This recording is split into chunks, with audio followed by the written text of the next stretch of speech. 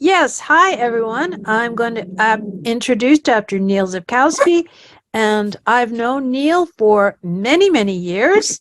He has been a proponent of physical mediumship against all odds. I say that because 75 years ago, physical mediumship was banned from Lilydale, and Neil has been one of the instrumental people in helping to bring it back. I've been part of his circle in the past. He is amazing with table tipping. Um, and he's just a really good person, a wonderful medium, and a real, I would say, cheerleader for physical mediumship. I mean, he's been going around to this whole area around New York, New Jersey, Pennsylvania, Ohio, helping different physical mediums present their work to audiences. So, with that said, I turn it over to Neil. Well, thank you very much. I got to meet that guy. Sounds great.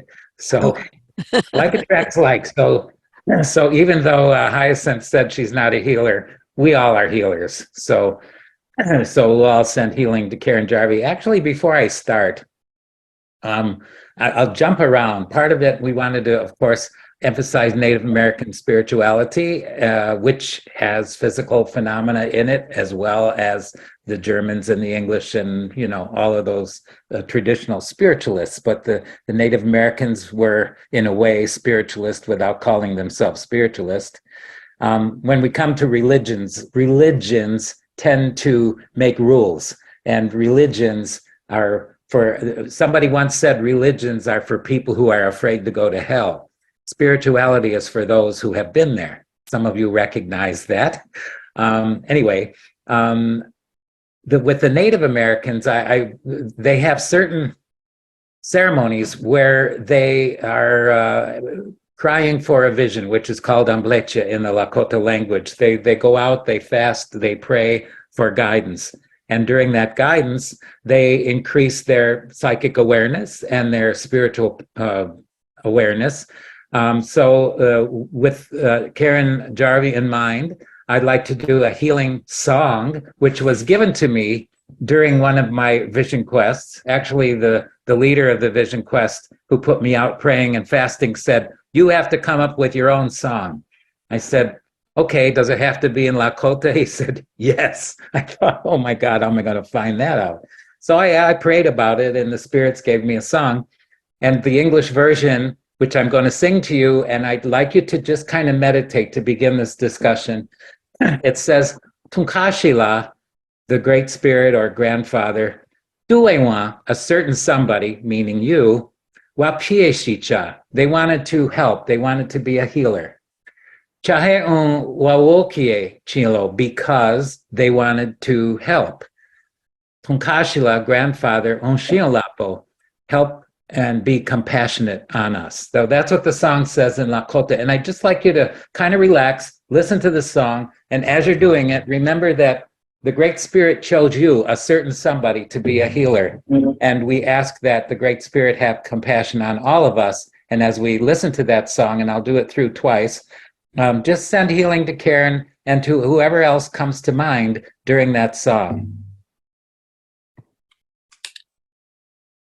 Tunkashila tuwe wa pieshi chaya he uwa woki e chielo ai Tunkashila sheola pie o hei ho Tunkashila tuwe wa pieshi chaya e uwa woki e chielo ai Tunkashila sheola pie o hei ho.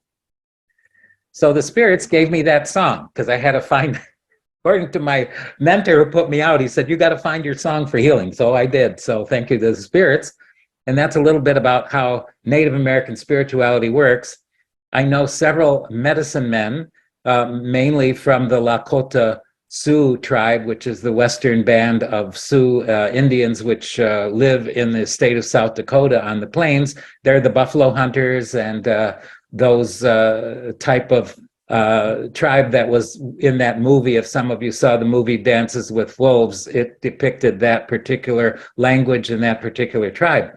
And I know one of the full-blood, actually I know several full-blood Lakota fluent-speaking people. One of them is Warfield Moose, who is a Lakota medicine man, and I've had him out to my house doing ceremonies here in Cassadaga, which is right near Lilydale, New York. And I also have had another fluent Lakota speaker who has not one drop of Lakota blood in him. He's part Sicilian and part Siberian with a German accent. His name is Vinny Nar, and he's been out doing ceremonies as well. Both of them do medicine ceremonies or native ceremonies and have physical phenomena manifest during their ceremonies. So I'm going to start out describing the most amazing thing I have ever witnessed in my entire life. And I have invited Warfield Moose out here for many different Yuwipi ceremonies. There's many types of Lakota ceremonies. There's sweat lodge ceremonies, sun dances, Ambleche, which is the Vision Quest, which is where I was given that song. And so a Yuwipi ceremony takes place in my ceremony room, indoors, not outdoors. And what they do is they tie the hands of the medicine man behind his back with a special thong or rope. And then they put a star quilt, which is a ceremonial quilt, over the medicine man and wrap him up with a special long rope with 7 ties. So he looks like a mummy. And Warfield is a large medicine man. He's about 350 pounds. So he's wrapped up in this bundle. And there's a buffalo robe in the center of my ceremony room. And they lay him down on this buffalo robe, all wrapped up like a mummy. Around the robe is an altar, in other words, a focal point where there is a chinupa, which is a prayer pipe that is filled and placed. And then there's rattles, something like this. They're made out of rawhide, no mark on them. They're rawhide like this, and rawhide is translucent. And if any of you have ever sat in complete darkness, just take 2 regular crystals, amethyst quartz, smoky quartz, rose quartz, any quartz crystals, in complete darkness, just take and lightly tap them together. And what will you see? Has anybody done this? They spark. It's called piezoelectric effect. They'll light up. So if you put crystals in a rattle like this in complete darkness and shake it, they light up. So you can see where the rattle is in the room. So there's about 7 rattles. Warfield's there laying on the buffalo robe, and there's the rattles, and there's the prayer pipe.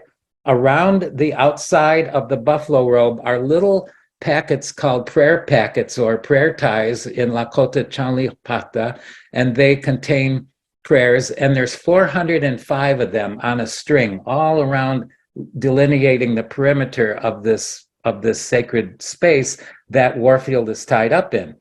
And then around that, we all sit on the, if we have good backs, we all sit on the floor. There's a few chairs for some people, but we're all sitting on the floor, and there's a drummer. And like you saw with my drum, he starts singing the songs to invite the spirits in. And as he does, and as Warfield begins to pray, the 7 rattles will rise up in the dark. You can see where they are because they're glowing. And they'll rattle around the room. Sometimes the spirits will come and they materialize a hand, and they'll actually hand the rattle to you and do this so that they want you to help shake the rattles during the ceremonies. One of the guys one time said, yeah, he said, somebody handed me a rattle and I went to thank them, and he said, I felt their hand, and he said, then there was nothing. So the hand giving him a rattle from the spirits. So these kind of physical manifestations, the levitation of the rattles, the materialization of hands which will touch you, or the rattles may come, and when the rattle comes to you and touches you like this, it's called a doctoring. So they'll come and doctor you, and you can feel laying on of hands from the spirits, And they actually fully materialize, some of them, and you can feel them stomping on the floor. So this has happened for many years. Warfield is invited over, and once in a while he'll say, "Hey, Neil, you want to keep me company?" So he actually ties, I get tied up like he does, hands behind my back, star quilt over me, laying down next to him. And I will tell you, with bad shoulders, for 2.5 hours laying on your stomach is not necessarily comfortable. But the advantage, sometimes the spirits will come and talk to you right there. They're not afraid because you're tied up in the blanket. One time I was kind of uncomfortable and the spirits came and gave me a back massage. Another time I felt the spirits tightening the ties around my star quilt, and one of them actually lifted me up and turned me around and put me back down. So the spirits are pretty powerful in Lakota ceremony. So these things happen. And this last time, well, the second to the last time Warfield was here, May, a couple of years ago, he did 3 UEP ceremonies, 3 evenings in a row. And the last ceremony, he said, Neil, why don't you tie up, keep me company? The spirits, I don't know what they have, but he said there's something they got up their sleeve. I'm not sure what, but it's something.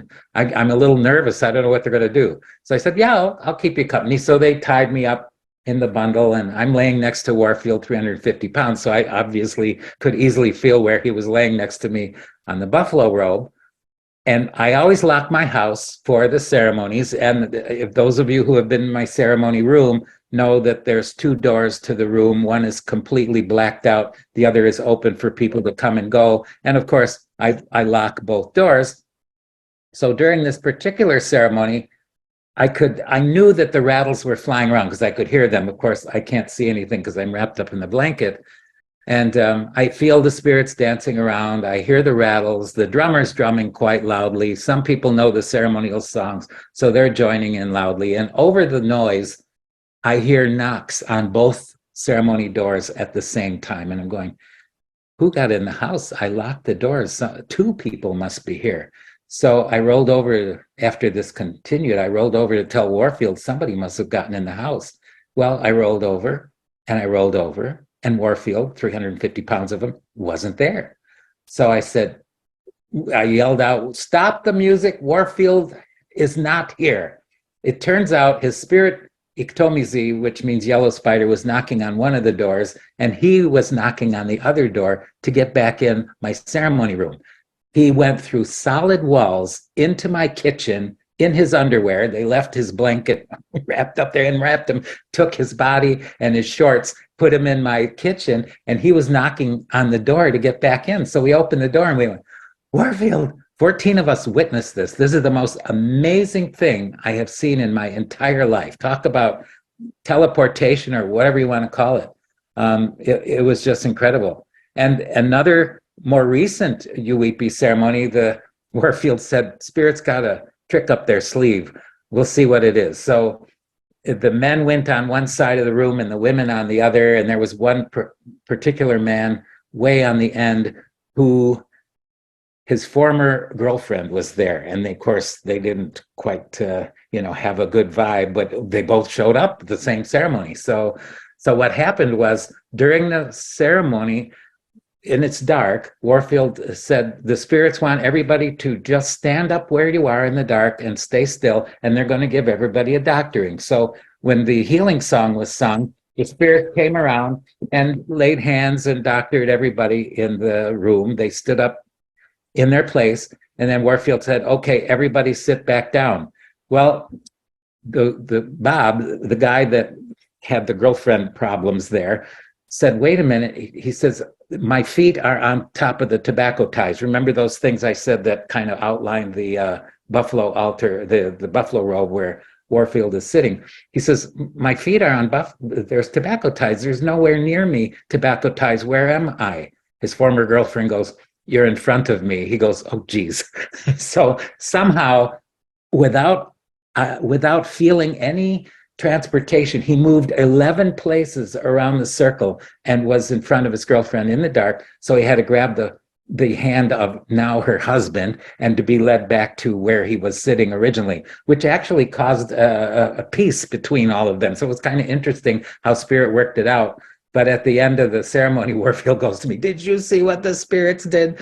They moved somebody without any idea of them moving all the way 11 places over in the circle." It was just amazing. So that was another thing, that a physical phenomena that you don't see always in the traditional European type seances or American seances, but certainly in the native ceremonies, you can see this kind of phenomena on occasion. Another time, I was tied up next to Warfield several years ago, and they tied my hands so tight, I was losing circulation, and they were really hurting about 1 hour into the ceremony. So in Lakota, I said, which means, "Grandfather, my hands are really hurting. Can you help me?" Inside the blanket materialized two hands and unknotted me and let my hands loose. That was amazing. So these are examples of Native American physical phenomena that happen in the ceremonies invited in my house. Now, after having said all that, let me backtrack on how I got started on this.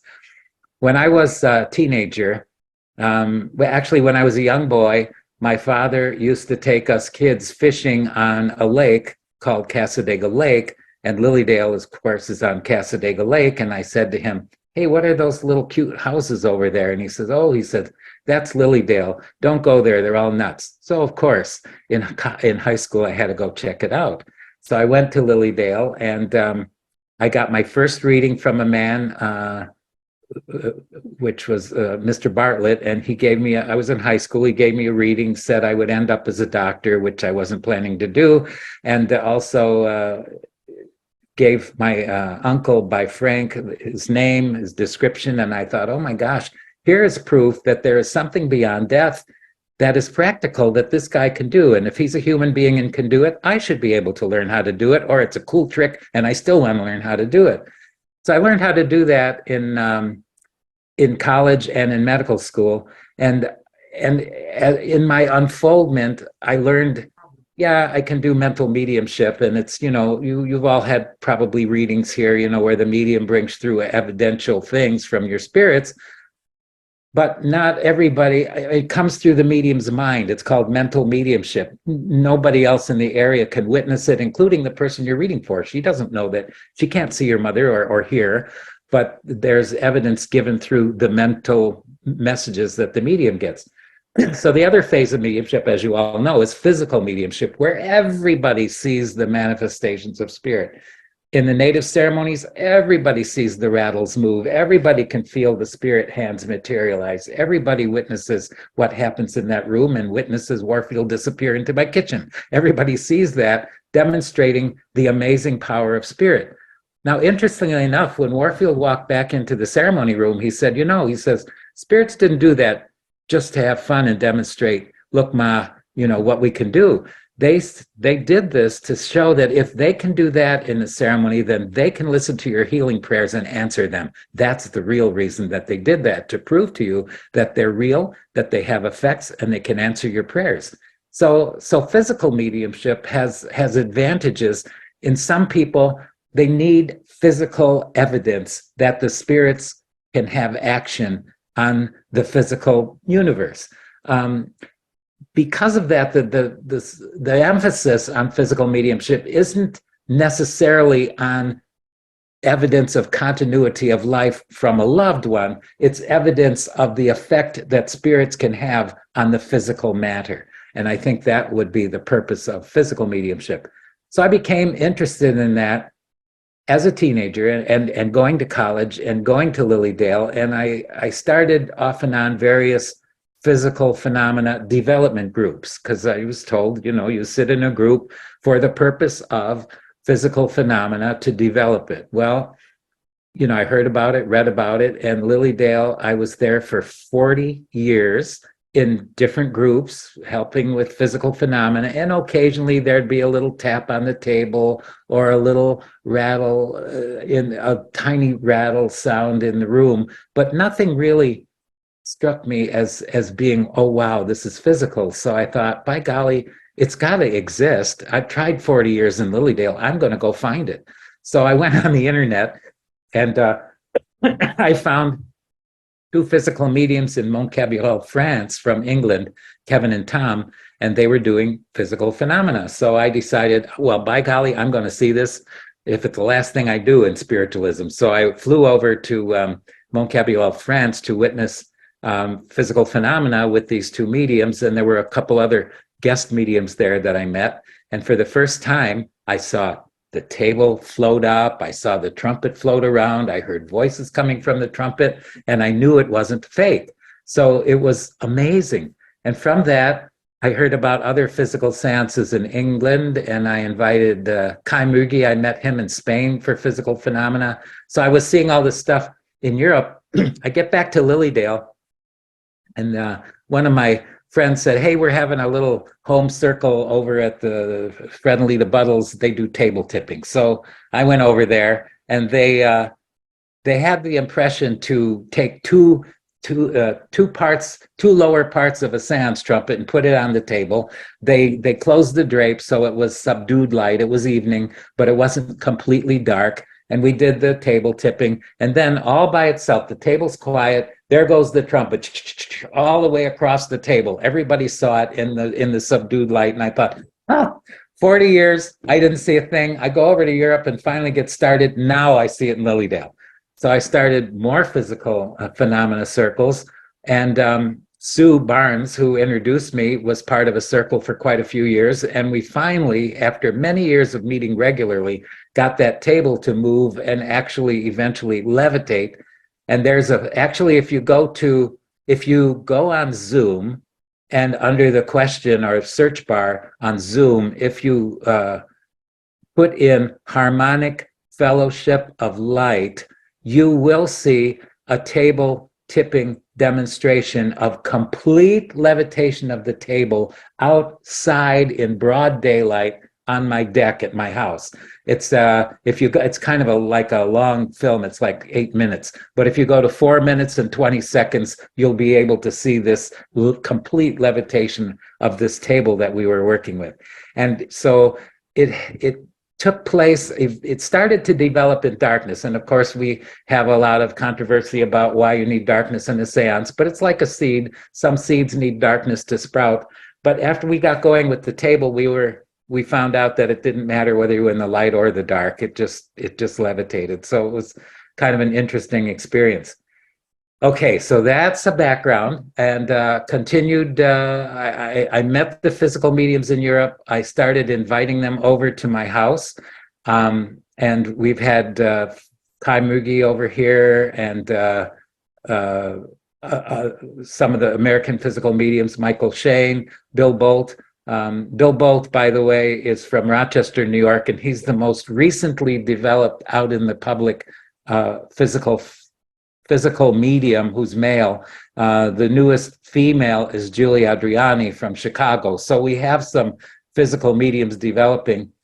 One of the reasons I like to invite him to my house, I figure eventually, I've been sitting for so many years, and I haven't had, except for table tipping myself, I haven't had physical phenomena manifest, but I figured, like attracts like, and maybe some of that will rub off. Maybe eventually I'll get to do some physical mediumship myself. So that's pretty much an outline. I'm not sure where to go after. I do want to mention one other type of physical mediumship. And have you discussed precipitated writing, precipitated art? We haven't today, but please tell us a little bit about it, and tell us about your experiences with Gary. Oh, yes, Gary Mannion. Gary Mannion is another physical medium who is from England, and there's years ago there is still out, I guess, a video which seems to accuse him of fraud. I am not one, this fake news on Facebook and everybody's twists on certain things on Facebook. There is a clip of Gary supposedly in infrared light, and you can see him crawling out under his little seance tent and waving a towel around and touching people. But and therefore people see that clip and they say, well, it's a fraud. Well, first of all, the clip doesn't have any audio to it. Secondly, it's a section of a full seance. During that seance, the spirits asked permission to use Gary's body. Gary was zippy stripped into his chair. So the only way that he could get out and crawl around to do what he did on the video was for spirit to release his body from the ties that he was tied in the chair with. So, and some of you know, you can tie somebody, well, like Warfield. I mean, Warfield was in that ceremony, and the spirits not only untied him and left his blanket in there, but they took his entire body out into the kitchen. So you know that materialization or matter through matter can happen. Some of you have probably seen this in physical seances. I know that with Stuart Alexander, who is another physical medium, I was privileged to be at one of his seances in England, and he was also zippy stripped into the arms of the chair, and he had a female come up and verified that the zippy strip was around his wrist and around the arm of the chair, and she went like that, and the zippy strip went right through his hand in no problem. So it was matter through matter, and we could all see that. So Gary was matter through matter, and they used his body to do that. So it's condemning, but in fact, I read that, and Gary was coming to the United States for the first time, and Inga Kossen asked if we could, I was president of Lilydale at the time, and she asked, we're coming to the States, we want to see how physical phenomena works with Gary in Lilydale. Do you have a seance room ready? And I thought, Lilydale will not allow dark seances because they're so afraid of being accused of fraud. I said, you're not going to find one in Lilydale, but it just so happens I have my house where we do ceremony, so Gary can come to my house. So I advertised this, and several people said, you shouldn't invite Gary. Did you see the film? He's a fraud and everything like that. Well, I don't believe things until I check it out in person myself. So I said, okay, I'll keep that in mind, but Gary's going to come here. And I watched, I mean, my seance room is not rigged. I know that. So I watched Gary, and it was very impressive. The things he did, they tie him to a chair. He's allowing light a lot more in his seances because of this incident. So in the blue light, you could see he's in a seance tent, like a changing tent rather than a wooden cabinet. So you could see the tent lift up in the light. You could see his feet still on the floor, zippy stripped into the chair, and you could see that tent spin like a top around where he was sitting. It was absolutely incredible. Later in the light, through the material of the tent, you could see an arm materialize, and people were able to come up and shake the arm and see that it was a solid arm from spirit. So, and this you can see in the light. There was no, and the arm would twist such that much more than a human arm could do, like almost a 360. So you knew that it wasn't a Gary's arm or any human arm. It was a spirit arm, and it was fully materialized. So Gary seances are also amazing, and some of the phenomena you see in the light, because he'll allow the subdued light, is absolutely incredible. And one thing I want to point out is that the spirit helpers in native ceremonies, as well as our own English or German style ceremonies, they're not always human, which is something that we don't think about a lot. But some of these angelic or ET forces or animal spirit forces come and manifest in amazing ways, and they're not necessarily human per se as spirit, like the spirit that's passed over, but they're actually an intelligent force manifesting as an ET or as an angel. For instance, in Gary's seances, we'll see the materialization of what is called the tall man. It is a tall, visible, luminous spirit that's about 7 feet tall, long arms, almost looks like an ET, and will levitate golf balls that are glowing in the dark so you can see his form. Amazing. And there are other spirit entities that have an effect on humans. For instance, the stone people in the Lakota tradition, there's Ianwakan, which is a stone nation, and the stones have a consciousness or or connect to us through a stone consciousness for healing. This is one of the examples of a healing stone. This dropped onto the floor during a Lawampi ceremony, which is Vinnie Nard does these ceremonies, not necessarily tied up in a blanket, but nevertheless, the spirits are invited and they manifest without him being tied up. And during that time, the spirits gifted me with this healing stone. Interestingly enough, in one of Gary's seances, it's in the dark, and Gary was, the tall man came out and everybody could see his manifestation. During the end of his ceremony, and this is interesting with Gary, a lot of times you can realize that there's a cross cooperation of other spirit teams with Gary's team. So during that time, I felt Warfield's team, including Warfield's grandmother spirit, present during Gary's seance. And as I'm there, I feel, sitting in the seance in the dark, I feel this hand, this little female hand, touch me and go like this during the seance. And then she does this. And in my hand is this stone, which she gave me during Gary's seance. This is quite a hefty stone. I've never seen Gary himself bring through apports quite this big. But during his seance, in conjunction with Warfield's team, I think it was his grandmother that handed me this stone, which is another type of healing stone with female energy. So I have this stone from a Lawampi ceremony that came to me about 6 years ago, and then this heart-shaped stone, and I don't know if you can see, there is a little heart in the middle of it. I don't know if you can see that, but it's a heart-shaped stone, and there's a little heart right there. So very interesting what happened in Gary's seance in cooperation with other spirit teams that are beginning to sort of cross-link. And I think we're going to start seeing that more and more, where certain characteristics of the physical medium are blending with other physical mediums teams. Another story with Gary, he was having a seance, and during the seance, it was in Schenectady, New York. Mary remembers this. She's on with us. But during the seance, in the seance room, Gary's having the seance, and there was a narrow kitchen and then a doorway out to the hallway. And during the seance, toward the end, we heard boom, boom, boom, boom, boom, as if furniture was being arranged. And after the seance, we opened the kitchen door to the hallway, and all the furniture in the hallway was piled up against the door. And I thought, Gary, did your spirits do that? He said, no. I said, this feels like Warfield's spirit team. I'm going to call Warfield. So I called Warfield, and his singer answered because Warfield was busy talking with some elders.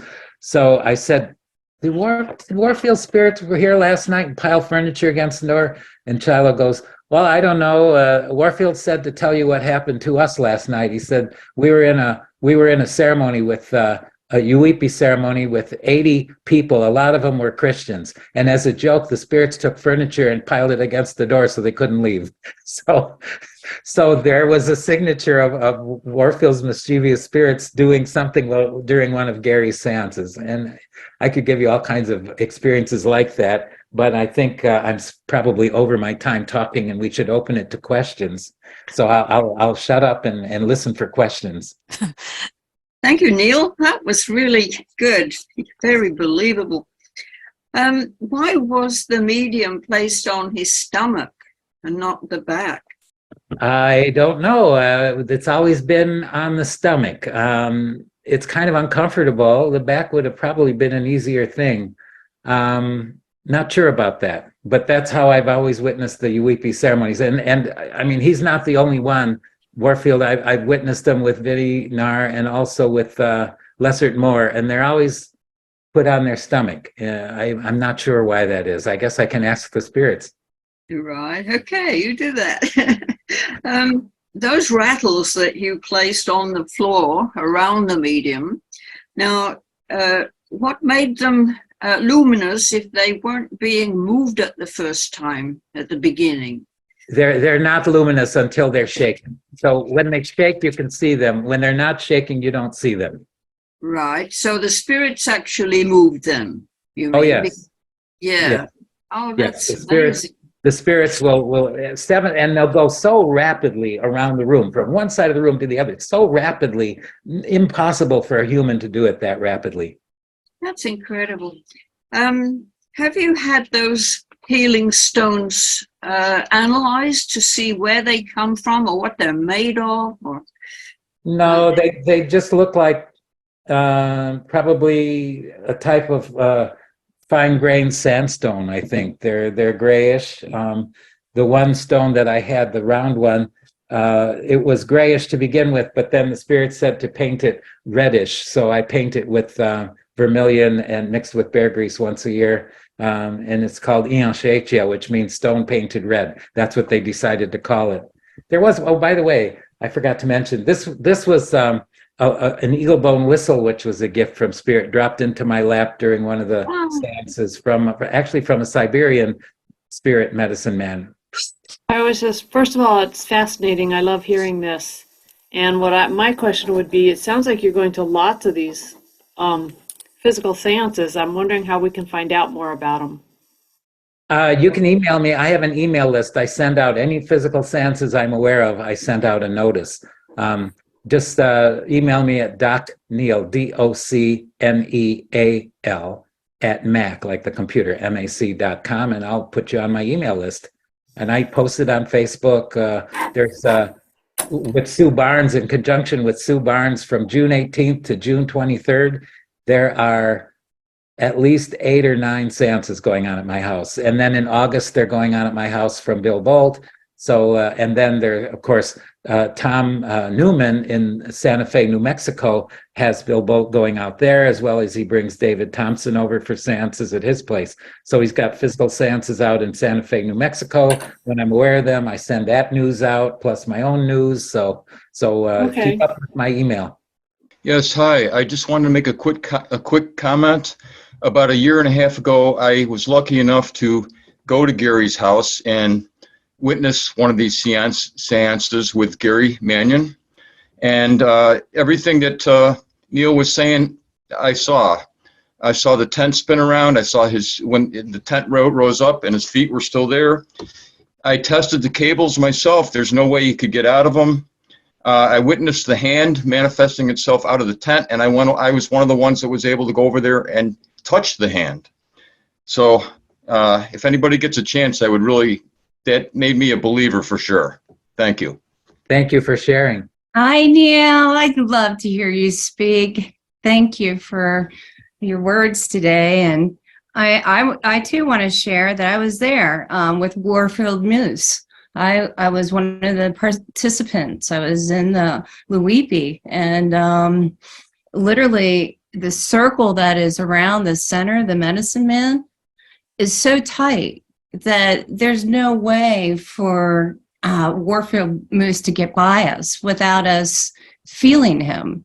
So during that ceremony, he literally was lifted through and above us, which was just amazing, because none of us felt any movement like right in front of us. So I just want to share that part, and several other ones, like Neil was saying. It's just amazing to witness these things and to physically be there. Thank you. Hello, Neil. I wondered if you'd had any connection with the Hopi people, because I understand they're deeply spiritual.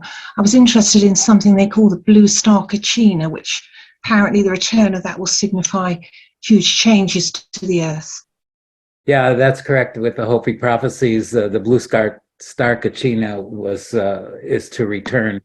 Interestingly enough, there's a Sundance ceremony at my house called the Blue Star Sundance Ceremony, but it's more based on Lakota traditional teaching. I have not directly had experience with the Hopis. Okay, thank you.